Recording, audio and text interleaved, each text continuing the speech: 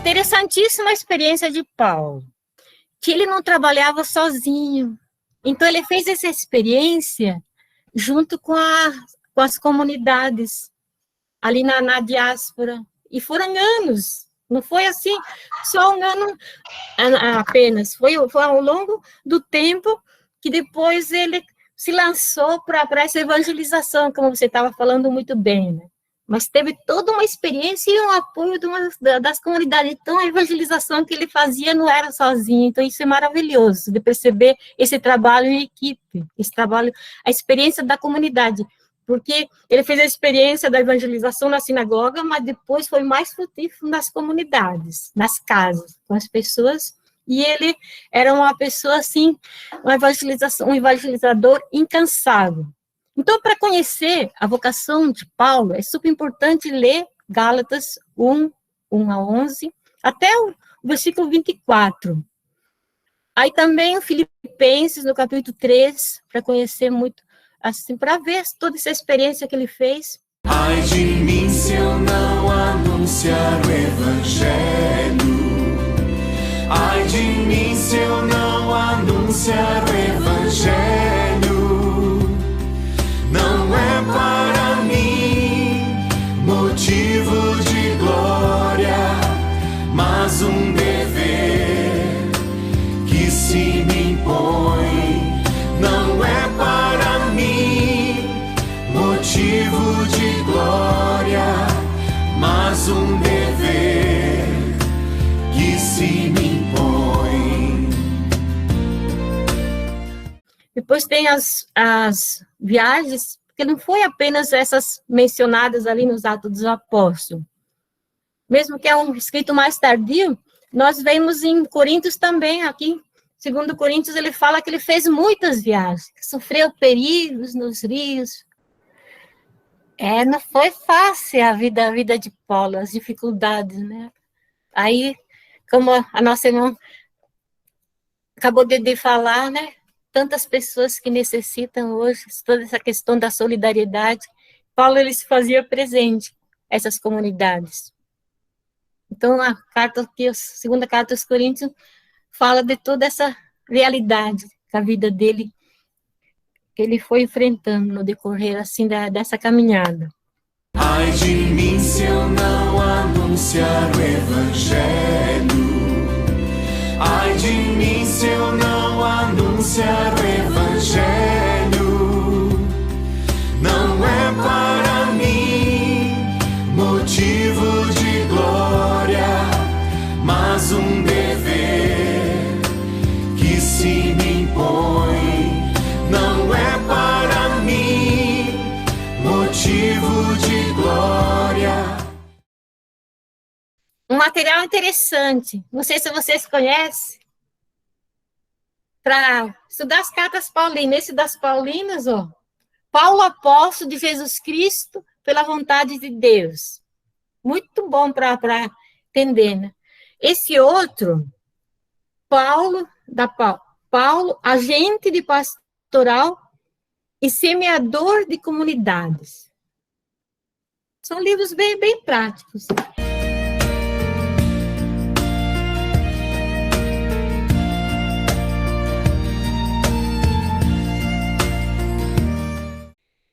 Para entender as viagens missionárias, então nós temos aqui, nessa Bíblia Pastoral, no final da Bíblia, nós temos os mapas. E aqui tem uma explicação dessas viagens. Além, assim, do sentido aqui, da formação, conversão, primeiras atividades, para a gente compreender esse processo de Paulo, que não foi do dia para a noite. Foi, assim, um caminho para ele compreender quem era de fato Jesus e que a cruz não era o fim em si mesma. É a ressurreição, é o mistério pascal. Isso é super importante para a nossa vida. Nós estamos passando um momento difícil por causa da pandemia.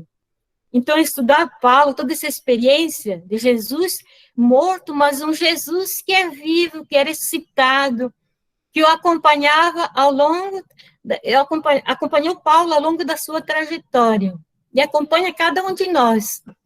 Então, é Jesus de Nazaré, Jesus histórico, e também o Jesus, assim, a fé, como a nossa irmã estava falando há pouco, né? Então, não é uma coisa separada da outra. Jesus, a gente, refletindo sobre o mistério pascal de Jesus, a gente encontra o Jesus de Nazaré, toda essa solidariedade que ele viveu com as pessoas. E o Papa Francisco, na última encíclica, ele fala que todos nós somos irmãos, chamados a viver essa comunhão, essa fraternidade. Então, as cartas paulinas são super importantes para nós compreendermos esse momento difícil que vivemos hoje. Do ano 2017, a CNBB trabalhou a primeira carta aos Coríntios, não, primeira carta aos Tessalonicenses. E aí tem um texto maravilhoso que fala sobre essa experiência ali da evangelização nas casas, e também dos colaboradores, das colaboradoras.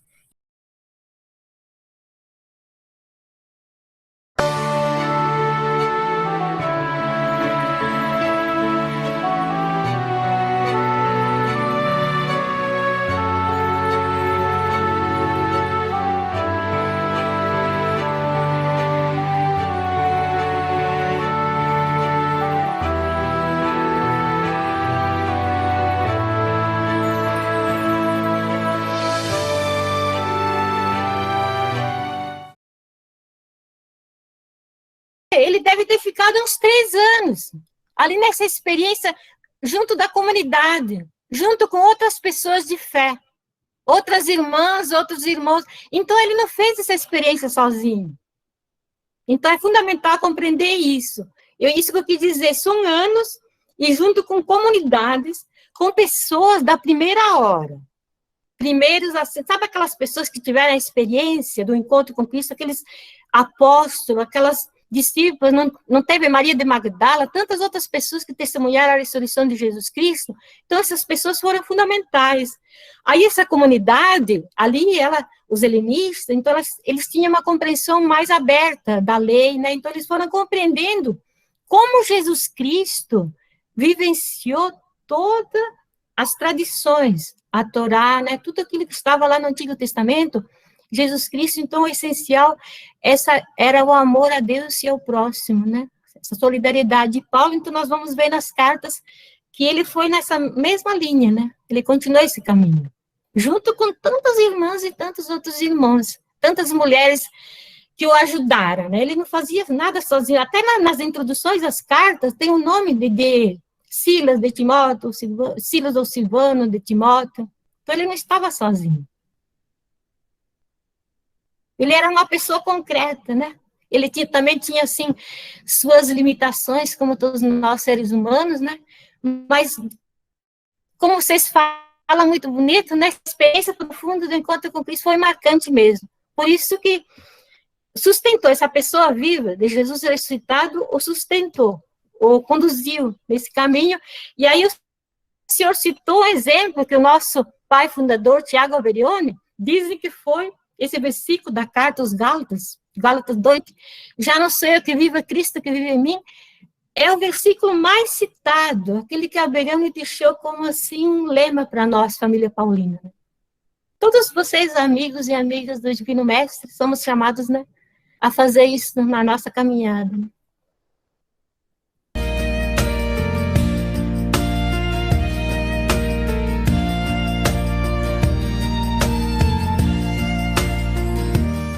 Aquelas 7 cartas autênticas que nós mencionamos, então, o Paulo, ele não cita Gamaliel, né?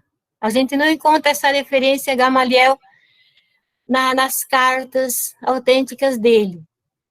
Mas havia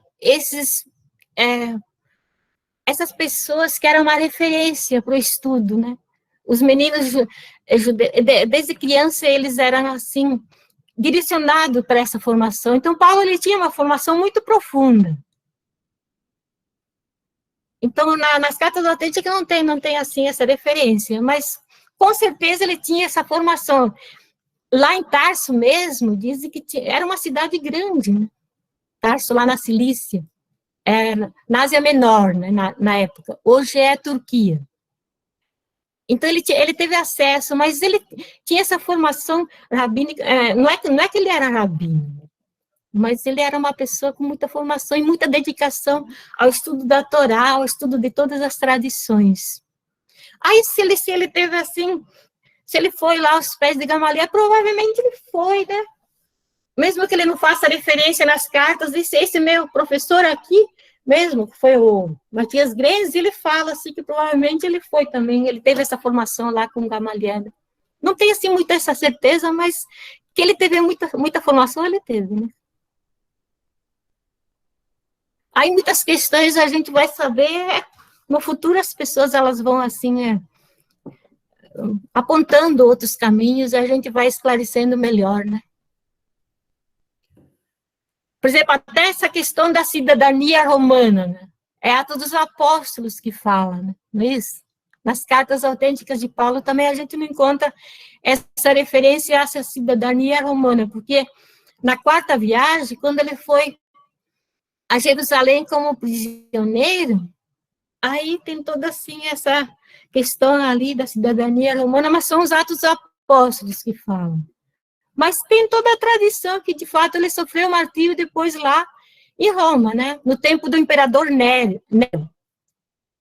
aquele doido, né? Que ele acusou os cristãos de incendiar incêndio de Roma, os cristãos que foram, assim, condenados, e muitos cristãos sofreram martírio, não foi apenas Paulo e nem Pedro, outras tantas pessoas também foram martirizadas nessa época. Então, mais ou menos lá, no tempo do imperador Nero, nós sabemos que Nero foi dos 54 até 68, mas Paulo ele deve ter sofrido o martírio ali em 64, 65, tem pessoas que falam 67, nesses anos ali, antes da morte de Nero, antes de terminar ali o tempo de Nero.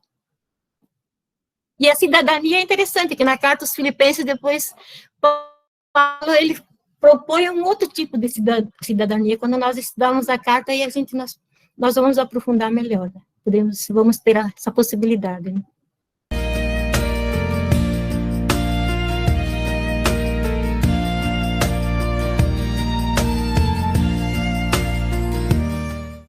Vamos pedir a intercessão do nosso, que é São Paulo Apóstolo, né? Nosso pai fundador, que Alberoni deixou para nós, né?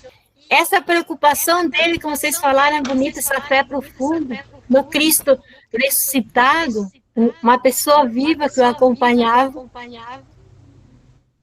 E essa preocupação, assim, com toda a humanidade. Todas as gentes. Então, não era só para o povo dele, que ele morreu como judeu. Então, as comunidades na época dele não estavam bem ainda organizadas, as comunidades cristãs. Mas ele contribuiu muito, né, para que nós estivéssemos aqui hoje. Então, que eles nos acompanhem nesse nosso estudo da vida dele e das cartas. E também vamos ter esse carinho, mesmo aquelas cartas que têm dúvidas em relação à autenticidade, vamos olhar elas com carinho, porque elas têm a teologia paulina também, toda a estrutura, né? São as 13, nós vamos dedicar, vamos ver se vamos conseguir, assim, fazer um estudo das 13 cartas. E o próximo encontro, quem sabe, se vocês, não sei se vai ser possível, já dar uma olhadinha também na primeira carta aos Tessalonicenses, né? É muito? Amigos e amigas, muito obrigada. Irmã Helena, muito obrigada pela dedicação. Amigos, pelo tempo, pelo estudo, pela intenção, pelo desenvolvimento de cada um de vocês. Então, nós agradecemos. Agradecemos a Deus também esse momento. No começo eu dizia da gente trazer intenções para rezar. Eu acho que agora, nessa conclusão, claro que nós nos alegramos com esse estudo sobre Paulo, aquele que fez essa experiência com Jesus e que mudou de vida, mudou a vida dele como esse anunciador. E essa é a nossa missão também, o nosso chamado, cada um no seu lugar, na realidade em que vive, vai fazendo a diferença de cooperador, de amigo e amiga do Divino Mestre.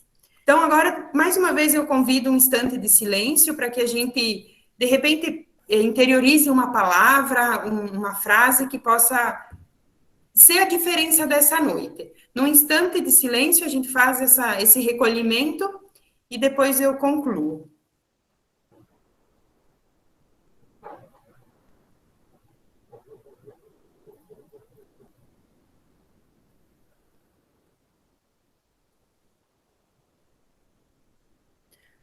A nossa gratidão e nós pedimos que o Senhor sempre nos abençoe. Ele que é Pai, Filho e Espírito Santo.